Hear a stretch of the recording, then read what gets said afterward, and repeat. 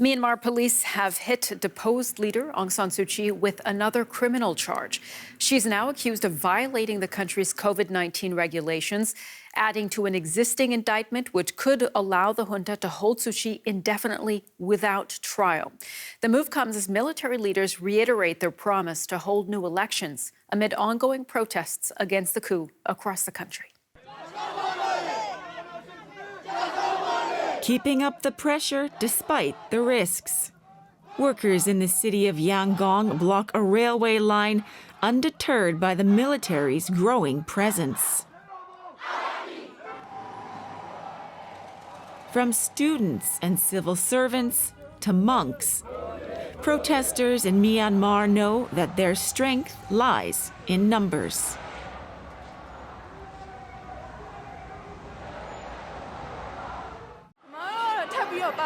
I want more people to join the protests. We don't want to be seen as weak. We, the students, have our future. We have to resist so we won't live under a military dictatorship. Even if there's no special reason to protest, we don't want to be seen as weak. Neither do they. Armored tanks patrol the streets as demonstrators greet them with the three-finger salute that has come to stand for democracy. As soldiers bolster the police, many civilians fear their assets will be seized, with access to banks partially restricted. The military is keeping our money in the bank by force. It's unjust, isn't it? They're limiting the withdrawal amount. Aren't they creating a riot? People here face steep penalties for opposing the coup. Those who obstruct the military or police from carrying out their duties could be imprisoned for up to 20 years. The military insists it intends to hand back power after holding new elections, though a date for such a vote has not yet been announced. And we are now joined by the UN Special Envoy on Myanmar, Christina Schraner Burgener. Ms. Burgener, thank you for joining us here on DW. As we mentioned, we're now hearing that Aung San Suu Kyi is facing a second charge. You had the chance to speak to the deputy head of the junta in Myanmar on Monday. Were you able to secure any guarantees that the military will refrain from violence and also release her?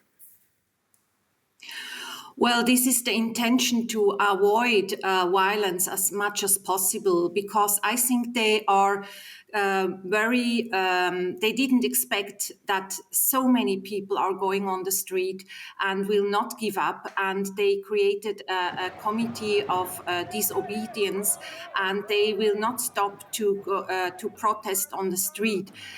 We also should not forget that we have around 21 ethnic armed organizations in the country who are against this coup. So the potential of violence is very high, and they should avoid this to break up violence, because this could end in a very severe situation. And you have warned of severe consequences if there is violence, if there is this crackdown by the military. What does that mean? I mean, what is the international community's plan here? Well, internally in Myanmar, I would assess that the ethnic armed organizations would not allow this. Then also many countries already started to implement targeted sanctions. Other countries will probably follow. I will have probably also soon to brief again the Security Council of the UN and the General Assembly of the UN. And I think unity around the world is very important, that we don't accept this coup. You mentioned unity, but within the UN Human Rights Council, Russia and China already rejected a resolution condemning this coup. Are you concerned that you will not have unity in the Security Council, that you might not be able to bring sanctions forward? Well, if there are big players who are not really vocal on protesting against this coup, this will also mean that the majority of the member states are against. So Myanmar will go in a certain isolation if they continue to do this. Therefore, it can't be in the interest of the Myanmar army to continue. And we should see also that it was the first time since I took up my mandate 3 years ago that we had a statement from the Security Council which was accepted by Russia and China. I want to come back to Aung San Suu Kyi now, because there's also been some organizing among parliamentarians in Myanmar. Members of her party, the NLDP, have set up a committee on Facebook. We're seeing here the page here. It's called the CRPH. It says it is the sole legitimate government of Myanmar. And they say that they've reached out to the UN and other multilateral institutions for recognition. So, Ms. Burgener, I want to ask you, can you confirm that they've contacted you, and would you be willing to support and recognize this group?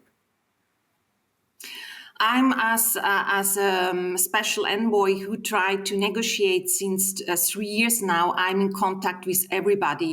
And also the people in Myanmar, they know me, because before the COVID pandemic crisis, I visited Myanmar 8 times per year and stayed always around 3 weeks. So I know everybody there, and clearly I'm stay in contact with them. That's also the reason I would like to travel as quickly as possible back to Myanmar, which is possible because I have a 1-year visa and I could travel, but clearly I have to make also appropriate conditions for my visit. We'll have to leave it there. The UN Special Envoy on Myanmar, Schraner Burgener. Thank you so much for joining us here on DW. Thank you.